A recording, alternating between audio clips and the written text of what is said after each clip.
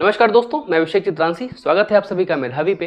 दोस्तों, हम लोगों ने एक क्रमिक श्रृंखला शुरू करी थी, एक सीरीज शुरू करा था जिसमें हम बात कर रहे थे संवैधानिक पदों पर जो नियुक्त महत्वपूर्ण अधिकारी हैं, उनके कार्य, उनकी शक्तियों और अन्य प्रावधान के बारे में। तो इस क्रम में हमने पहले पढ़ रखा है कैग के बारे में और हमने पढ़ रखा है अटॉर्नी जनरल ऑफ इंडिया के बारे में।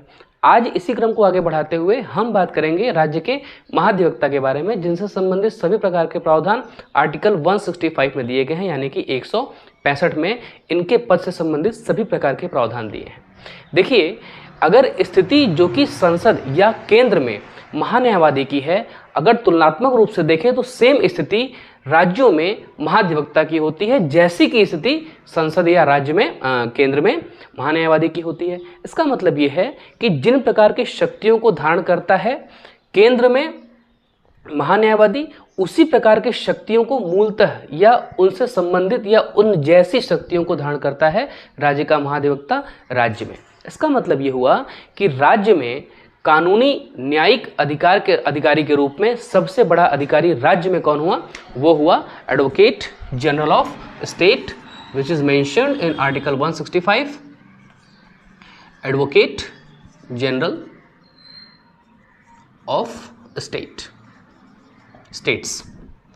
इसका मतलब ये है कि अगर इनकी नियुक्ति की बात की जाएगी कि इस पद पर नियुक्त कौन व्यक्ति होगा, तो देखिए, ऐसा व्यक्ति जो कि राज्य की न्यायिक सेवा में कम से कम 10 वर्षों का अनुभव रखता हो, राज्य की न्यायिक सेवा में कम से कम 10 वर्ष का इनका अनुभव हो, या इसे अनुभव हो, या किसी न्यायिक सेवा में यह 10 वर्षों तक अपनी सेवाएं दे चुके हों और राज्यपाल की नज़र में एक उत्कृष्ट न्यायविद हों। न्यायविद का मतलब कानून के अच्छे जानकार हों। तो ऐसे व्यक्ति के लिए, ऐसे व्यक्ति को ज़्यादा अर्ह माना जाता है इस पोस्ट के लिए। तो इनका मतलब ये हुआ कि राज्य सरकार की सिफारिश पे राज्य का राज्यपाल इनकी नियुक्ति करेगा। ठीक है, इसका मतलब है कि राज्य का राज्यपाल की नियुक्ति करेगा। अगर नियुक्ति करेगा तो प्रश्न उठता है कि कितने समय तक की नियुक्ति करेगा। तो संविधान में इस बारे में कोई बात नहीं कही है। मूलतः या व्यवहार में देख लिया जाए तो मूलतः 3 से 4 वर्ष तक रहते हैं, या इन्हें यह भी कह सकते हैं कि जब तक सरकारें अपने काम को सुचारू ढंग से, अभी सरकार जब तक रहती है, जब तक सरकारें चलती हैं, या मंत्रिपरिषद जब तक अपने मंत्रिपरिषद पद को धारण करती है, या अपना जो है कि जब तक त्यागपत्र मंत्रिपरिषद नहीं देती है, तब तक एडवोकेट जनरल ऑफ स्टेट अपने पद पे बने रहते हैं। इसका मतलब क्या हुआ? इसका मतलब यह है कि राज्य के सरकार की सिफारिश पे राज्यपाल की नियुक्ति करते हैं। इसका मतलब है कि जब तक सरकारें रहेंगी तब तक राज्य का महाधिवक्ता भी रहेगा। मूलतः यह राज्यपाल के प्रसाद पर्यंत पद धारण करते हैं, और प्रसाद पर्यंत किसी के पद धारण करने का मतलब ये होता है कि जो व्यक्ति इन्हें नियुक्त कर रहा है वह व्यक्ति जब चाहे इन्हें अपने पद से च्युत कर सकता है, इन्हें अपने पद से हटा सकता है, रिमूवल दे सकता है। कहने का मतलब ये है कि सरकार जब तक सदन में अपना बहुमत बनाए रखी है, तब तक राज्य के महाधिवक्ता अपने पद पे बने रहेंगे, और जैसे ही सरकार अपने पद से हटती है या पुनर्नियुक्ति होती है या पुनर्स्थापित की जाती है, मैं कह रहा हूं कि अगर किसी राज्य में ऐसा कोई लो कॉन्फिडेंस मोशन आ जाए जिसमें कि प्रेजेंट की सरकार, जो वर्तमान की सरकार वहां चल रही है, वो अगर गिर जाए, तो आप ये मान के चलिएगा कि राज्य का महाधिवक्ता उसी दिन अपना जो है कि त्यागपत्र सौंप देगा। किसके नाम को संबोधित करते हुए? राज्यपाल के नाम को संबोधित करते हुए। क्यों? क्योंकि इस व्यक्ति ने ही इन्हें नियुक्त किया है। इसका मतलब है कि जिस दिन सरकार गिरी उसी दिन राज्य का महाधिवक्ता भी अपने पोस्ट से त्यागपत्र दे देगा। लेकिन यह भी है कि हो सकता है कि जब कोई दूसरी पार्टी सरकार में आए या वही पार्टी फिर सरकार में आ जाए, तो लोग अपने अपने व्यक्तियों को, अपने पसंद के व्यक्तियों को जो है कि चुनते हैं इस पोस्ट के लिए।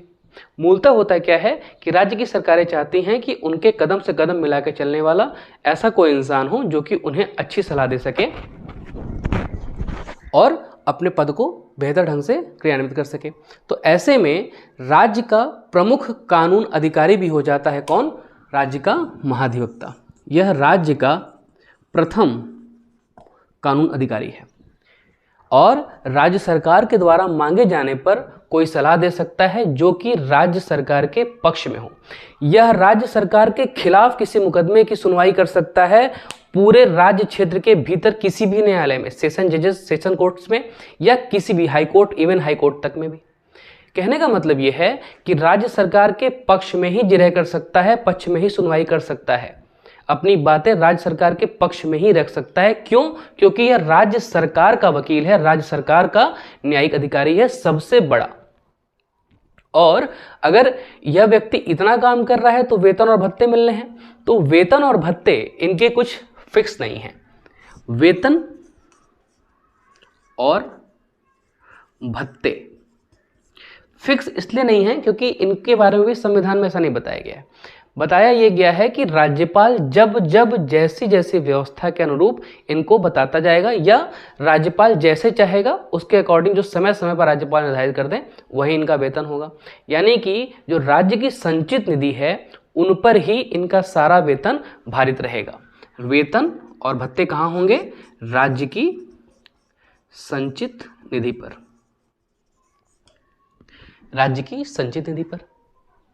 एक और चीज, अगर वेतन और भत्ते राज्य की संचित निधि भारित हैं, इसका मतलब है कि इनके वेतन में किसी प्रकार की अप्रत्याशित घटौती या घटोत्तरी नहीं की जा सकती। बढ़ोतरी की बात हो तो वो चलेगा। घटने का मतलब यह है कि किसी प्रकार का अप्रत्याशित या कोई ऐसा प्रावधान इनके खिलाफ नहीं लाया सकता कि इनके जो है कि पोस्ट से संबंधित कोई इनका अलाउंसेस या इनका वेतन कम कर दिया जाए। इनके लिए एकमात्र प्रावधान ये है कि जब तक राज्यपाल चाहेगा तब तक ये अपने पोस्ट पे काम करते रहेंगे और राज्य सरकार के पक्ष में किसी प्रकार का जिरह करते रहेंगे। अगर कोई ऐसा मामला आता है बीच में तो इनका रिमूवल कैसे होगा? अगर कोई व्यक्ति इस पोस्ट पे है, एडवोकेट जनरल के पोस्ट पे कोई व्यक्ति कार्य कर रहा है, अपनी सेवाएं दे रहा है, और अगर ये अपने सेवाओं को देते हुए किसी कदाचार में लिप्त हो जाए, या अच्छा देखिए, जब भी किसी ऐसे व्यक्ति को हटाने की बात होगी ना तो यह शब्द बहुत महत्वपूर्ण हो जाता है, कदाचार। और कदाचार क्या है इसके बारे में संविधान में स्पष्ट रूप से कुछ भी उल्लेख नहीं किया गया है। कहने का सेंस ये है कि ऐसा कोई भी कार्य जो कि उस व्यक्ति को उस पद पर रहते हुए नहीं करना चाहिए, वह कार्य अगर ये करते हैं तो इसे कदाचार की श्रेणी में रखा जाएगा। कदाचार का मतलब एक और चीज़ ये हो सकती है कि अगर यह अपने पोस्ट पर रहते हुए जो वेतन प्राप्त कर रहे हैं, इसके अलावा ये किसी और या अन्य जगहों से वेतन या धन लाभ कर रहे हों तो ऐसे व्यक्ति को अपात्र माना जाएगा, इन्हें हटा दिया जाएगा राज्यपाल के द्वारा। इन सब के साथ साथ यह व्यक्ति अगर चाहें, राज्य का जो महाधिवक्ता है वह जब कभी भी चाहे तो राज्यपाल को अपना त्यागपत्र संबोधित करके दे सकता है कि आज से मैं इस पोस्ट पे अपनी सेवाएं नहीं दे पाऊंगा। एक और चीज समझिए आप, अगर इन सब चीजों को कलेक्टिवली आप देख लें तो राज्य क्षेत्र में जितने भी उस राज्य क्षेत्र में अगर उत्तर प्रदेश के महाधिवक्ता की बात कर लें तो उत्तर प्रदेश के महाधिवक्ता को उत्तर प्रदेश राज्य के सभी न्यायालयों में सुने जाने का अधिकार होगा। इवन उत्तर प्रदेश राज्य में विधान परिषद और विधानसभाएं दोनों हैं, तो दोनों में से किसी एक सदन में जिसे सरकार इसे नियुक्त करे वहां जाके ये बैठ सकते हैं, सुनवाई कर सकते हैं, क्वेश्चन पूछ सकते हैं, लेकिन मत का उपयोग नहीं कर सकते क्योंकि ये राज्य विधानमंडल के सदस्य नहीं हैं। यह एक अधिकारी हैं जो कि राज्य की संवैधानिक शीर्ष पदों पर बैठे हुए न्यायिक मुख्य अधिकारी हैं। तो ये राज्य विधानमंडल या विधान परिषद में बैठ सकते हैं, अपनी सुनवाई कर सकते हैं, क्वेश्चन पूछ सकते हैं, लेकिन वोट नहीं देंगे। साथ ही साथ विधानमंडल के सदस्यों को मिलने वाले सभी प्रकार के वेतन और भत्ते भी प्राप्त करेंगे जो कि उन्हें प्राप्त है, जो कि विधानमंडल के सदस्यों को प्राप्त है। इन्हें सिर्फ और सिर्फ वोट देने का अधिकार नहीं होगा, बाकी सभी कार्य करने के इन्हें अधिकार होंगे। साथ ही एक और चीज देख लीजिए, इनसे संबंधित कुछ विवाद भी आते रहते हैं कि अगर एडवोकेट जनरल ऑफ स्टेट अपने पद से अगर रिटायर हो जाता है तो क्या वह किसी नियुक्ति के लिए पात्र है या नहीं। तो ऐसा व्यक्ति किसी भी प्रकार की नियुक्ति के लिए राज्य सरकार के अधीन नहीं हो सकता, पात्र। क्यों? क्योंकि ऐसे व्यक्ति जो कि महत्वपूर्ण पदों पर रह चुके हैं, सरकारें बचती हैं, या ऐसा प्रावधान जानबूझ के संविधान में किया गया है कि इस जैसे शीर्षस्थ पोस्ट पर बैठने के बाद, पद पर आसीन होने के बाद कोई व्यक्ति रिटायर हो तो स्वास्थ्य लाभ करे, बाकी चीज़ें करे, लेकिन अब कोई और सेवाएं न दे। तो आज हम लोगों ने महाधिवक्ता को पढ़ा।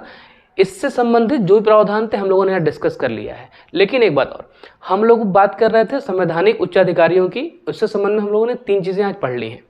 आगे जो क्रम चलेगा उसमें हम लोग ये भी देख लेंगे कि क्या चीज़ें हमें महत्वपूर्ण है। सभी संस्थाओं के बारे में बात करना थोड़ा सा ठीक नहीं है। ठीक का मतलब है कि सभी संस्थाएं उतनी महत्वपूर्ण नहीं हैं जितनी कि कुछ चीज़ें हैं जो कि एग्जामिनेशन में डायरेक्टली पूछी जा सकती हैं। तो ऐसे में इन चीज़ों के बारे में हमने पढ़ा, और 1-2 संस्थाओं या 1-2 ऐसे और किसी पद के बारे में पढ़ेंगे जिससे कि हमें एग्जामिनेशन में क्वेश्चन मिल सके। तो आज के लिए इतना ही, आगे देखेंगे किसी और चीज़ के बारे में। आज के लिए धन्यवाद।